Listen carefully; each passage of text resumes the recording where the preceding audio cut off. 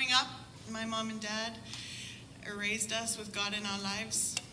A lot of what was spoken about tonight really resonated with me. Megan Doyle, hearing you and understanding how this love grew in you, it's sort of how it started with me. And so ever since I can remember, I have been all over my country, first with my parents and now with my children, helping where I can, lifting where I stand, and trying to make a difference in my own small way.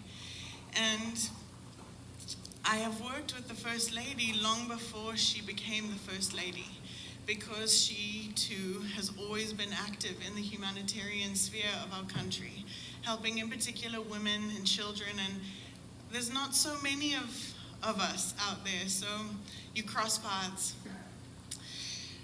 I wasn't really sure what I was going to say tonight, because it wasn't supposed to be me speaking. She was going to be here. And as I drove here tonight, it was difficult for me to decide, because what I've decided to share is a very personal story for me. But I know that if I'm going to tell it anywhere, I'm going to tell it somewhere where it will matter.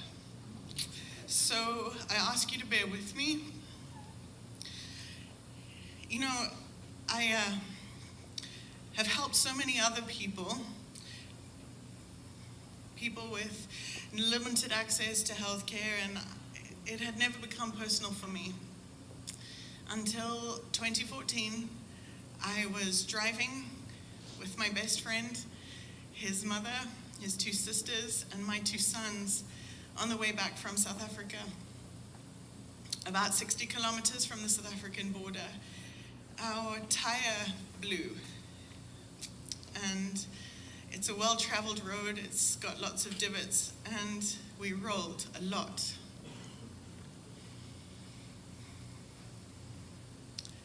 They didn't have anywhere to take us to. And that day I lost my best friend for reasons that shouldn't exist in the modern world. They didn't have oxygen, they didn't have blood, they didn't have an X-ray machine in the hospital where we were taken. Almost everything in my body was broken, and even later, they didn't know I'd broken my back until 3 months down the line. I'm not telling you this to feel sorry for me. I'm telling you because Zimbabwe needs help. We're not always going to need it. We used to be the breadbasket of Africa, and under this new leadership, I believe it will be that way again. But right now, we need help. We can't do this on our own. And isn't that what the global community is? We step up when others are down. You know, going to Lukosi, where I believe it must be your money went, was a privilege for me this year, because I've been going there since 2012. And there is always, it's usually in the middle of the night that I arrive with supplies. I have a family, I can't be gone very long. Sometimes I travel with my children, but when they're in school, they stay home with my husband. And I make the rounds with the doctors and dentists who are willing to give of their time to these remote locations. And so oftentimes we arrive in the middle of the night, set up our clinic, sleep an hour or two, and in the next morning get to work and get things done, and then travel again. And the very first time I went to Lukosi, I was shocked. And it takes a lot to shock me, because there were 42 women sleeping in a room,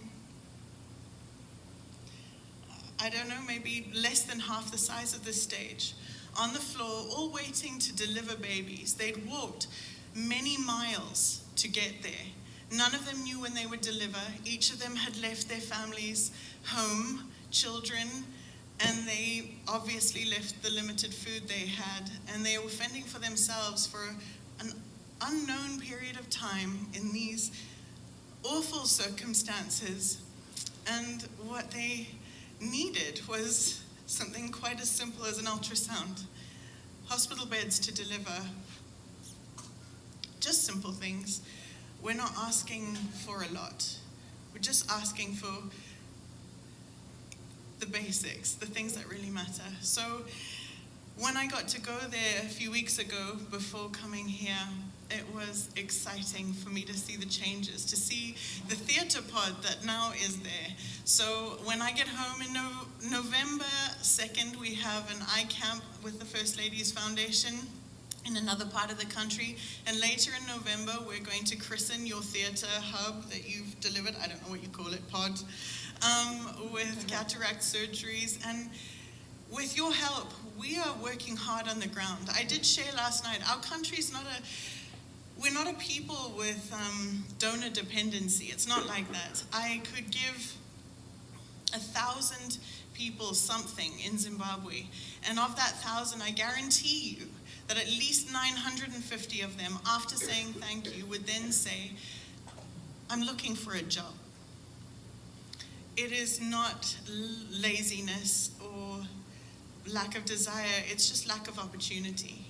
And listening about the pod, having experienced that education pod, was just profound for me the other day when we got to see it, because it's the truth. I mean, one of the first priorities of our First Lady was to go into the most remote area of our country. Where children have never had access to education. We have 18-year-olds in preschool now because she insisted that we put a school there, and all resources were pulled to put in a clinic and a school and boreholes, and she really wants to make a difference. It's an honor for me to be a part of that, and I believe in miracles.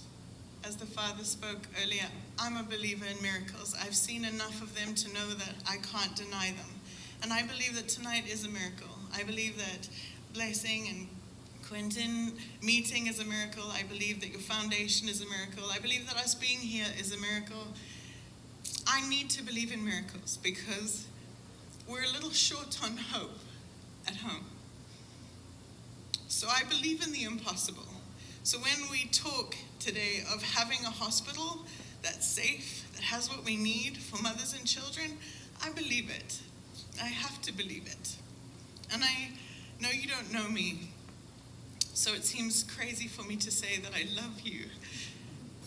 But honestly, it's difficult not to love strangers who come to your aid with no ulterior motive.